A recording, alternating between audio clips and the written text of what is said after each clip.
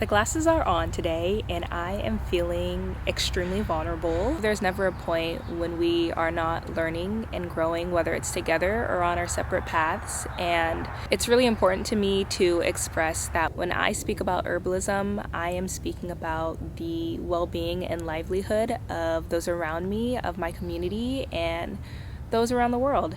Culture matters, and it is extremely relevant to this practice, and regardless of how you found this practice and where you want to take herbalism, I think it's important to remember that this does not exist solely as its own spectacle. It is something that is deeply embedded in our history and our traditions, and I truly believe it's an integral part of carrying on culture as well and continuing to pass down these traditions to future generations.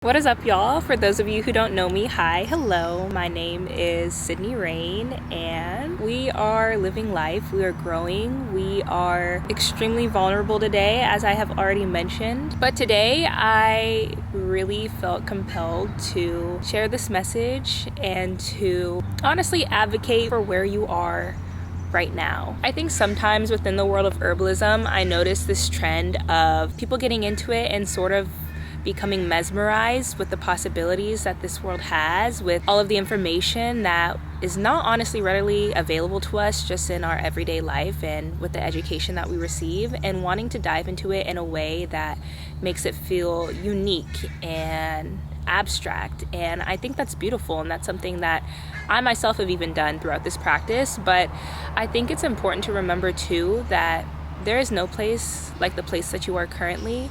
And it's important to invest in your immediate spaces and communities when it comes to herbalism. And personally, I think one of the most radical things you can do within this practice is to learn your native history, learn the history of your land, and invest in that immediate community. To be completely transparent, I'm not trying to approach this in a way that makes it seem like this is something I did from the beginning. I just more recently had an opportunity to learn about edible plants and some of the history of the native plants in Washington, which is where I currently live, and really get to immerse myself in some of the cultural practices and also the cultural knowledge that has been passed down from generation to generation around the native plant life and what it was used for, and really just draw some strong connections between the community I currently exist in and how this community has supported so many before me.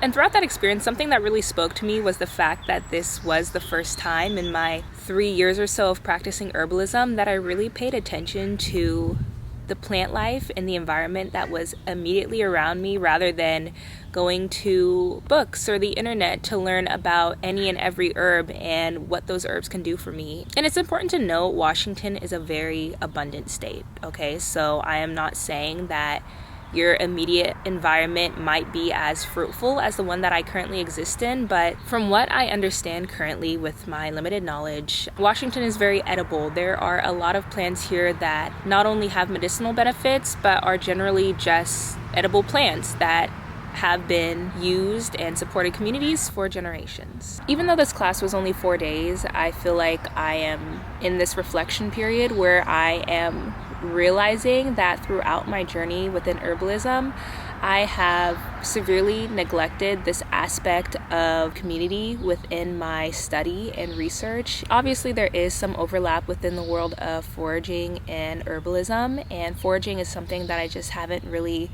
been comfortable personally doing for a while, and so I think that was definitely a hindrance. But being able to actually take a course and be guided by someone who has years of knowledge about native plant life to them really opened my eyes to how simple herbalism can be and how complicated I've made it by trying to find the most obscure herb on the internet and learn about it and sort of place this heavy emphasis on abstract knowledge, if that's making any sense. If you're familiar with past videos I've made about herbalism, I place a strong emphasis on African American herbalism and really wanting to connect with herbalism in a way that feels personal to my story and my ancestral ties. And so a lot of the work that I have done thus far has been specifically in trying to embrace that community and embrace African American herbalism in a way that feels authentic to who I am. And though that is something I am still actively doing, I want to point out that I also think it would be careless of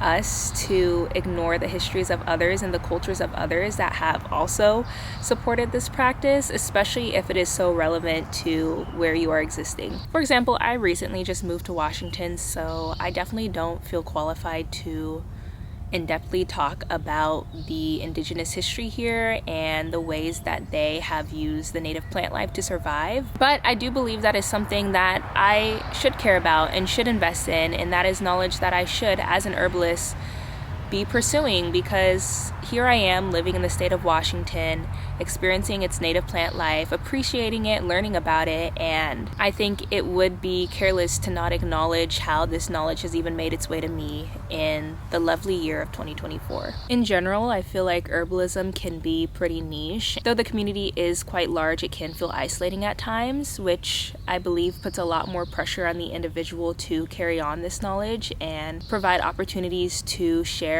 and teach. And being here and being able to learn myself about the native plant life, I realized that truthfully don't think there's any way to continue on this path without being open to the stories and the lives of those outside of you and outside of your community and culture. And truthfully, this is the first time that I have sat in a park and can confidently say that I know the name of every single plant that surrounds me. And like 90% of that has to do with my job and restoration and investing a lot of time in making sure that this environment allows these native plants to grow. But I think it's beautiful how much respect has come from being able to identify all of these plants and respect its purpose and its existence here in this space, and truly learning to immerse myself in the community that I exist in rather than stop in, have a good time, enjoy the green space, and barely being able to acknowledge where I am and whom I am existing with. And so I think this practice is not only important for passing on knowledge and for preserving history, but for preserving the plants themselves, because we also have to remember we are experiencing extreme effects of climate change, and there is probably going to be a point in time where 80%, 90%, whoever knows how much percent of these plants behind me won't even be able to survive in this environment anymore. As the planet heats up and as Washington heats up, we are noticing that certain trees are not doing well. This environment no longer supports their livelihood, and that's a devastating thing to learn and to understand and to know. And so outside of passing on the cultural relevance of these plants as well, it's important to know where you are and understand what your environment needs and what you can do to protect it. Like I said, I know there are many ways that someone can come across herbalism, and there's many reasons to... The squirrels are fighting behind me. There's so many reasons why someone might come across this practice and invest it. It may be more of a health thing, it could just be a general interest, or you could be like me and you're trying to connect. I think one thing that I would really love to see where this practice to become more normalized and mainstream is not only the taking aspect, but the protection and giving back aspect of herbalism. And I think that balance is definitely going to have to vary person to person. For me, one way that I find myself giving back is through my job currently, and that is through habitat restoration and doing things like this where I am sharing my information, my thoughts, feelings, and opinions, honestly, about this practice, and raising awareness for people like me being in these natural spaces. And so those are some of the ways that I give back, but I do believe we should be actively trying to give back in ways that are tangible and are for the greater good of the plant world, the plant communities, and our communities as well. And I truly do think that this is relevant at a point in which we are seeing more popularity in holistic wellness and sustainable living in general, whether or not it's a trend. If you pay attention, you'll see that at times certain herbs will become a buzzword or a health craze, and it will rise to mainstream popularity, which is amazing because it does bring awareness to the beautiful gifts that a lot of these natural herbs and remedies have, but also 90% of the time, that popularity jeopardizes the preservation and the well-being of that plant. One, because not everyone in this world is here with the best intentions. There are people who do just want to make money off of a quick trend or want to make money off of something that there is a market for, truthfully, because we are all trying to heal in one way, shape, or form. And so it's important to remember that these things are living creatures, if you want to call them that. I call them that. And they take time to grow. For example, one of the herbs that I was able to learn about in my class was Devil's Club, also known as American ginseng, which I feel like I even remember maybe like a year or so back kind of rose to mainstream popularity, and you couldn't find it anywhere. You couldn't buy it anywhere, and it led to the plant being over-harvested in nature, which is so unfair for the plant. It's so unfair for the communities that rely on it and for foragers who have been respectfully harvesting and maintaining its natural population. Funny thing about that, and why I'm bringing that up, is because I've heard of American ginseng. I had not done the research though to learn its other common names, which would be Devil's Club, nor have I ever done the research to learn the history behind Devil's Club outside of its medicinal benefits. And I think this is a perfect example as to why it's important to learn the culture behind these plants and not just the benefits that it can have to you, is because during my class I learned that Devil's Club was used as black and blue paint for tribal rituals and ceremonies. And so this knowledge not only takes the plant outside of its medicinal uses and what it could directly do for me, but it places it in a bigger conversation and context of how this plant has provided for the cultures that have used this for very specific reasons. And if this is something that's not relevant to you, and this is something that doesn't matter, and you are strictly like, I have an issue and I would like to solve it, I am not the herbalist for you, because as I grow on this journey, I am realizing that there is much more that I should be saying. There's a lot more that I can be saying that would provide so much more value than simply just sharing herbs that have benefits that can help you. And it's not like I didn't care about these things before. I just didn't really feel like I had a place in this conversation truly. But at this point in my life, I do truly feel empowered to speak about this and to be a true advocate, not only for myself, but for the cultures and the communities that have allowed me to even be here talking about this, knowing about this information.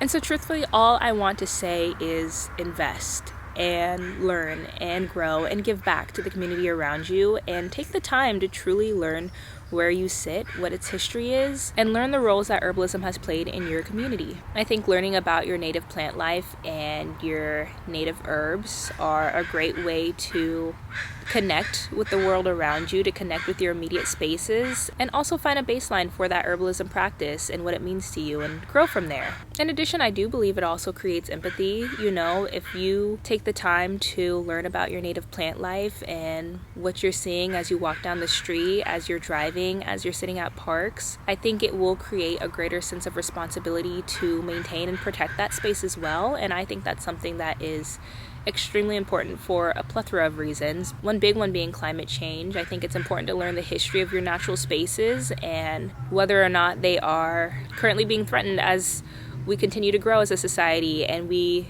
continue to conquer these natural spaces and turn them into economic gain. I feel like sometimes I get twisted up in my words, but I don't know.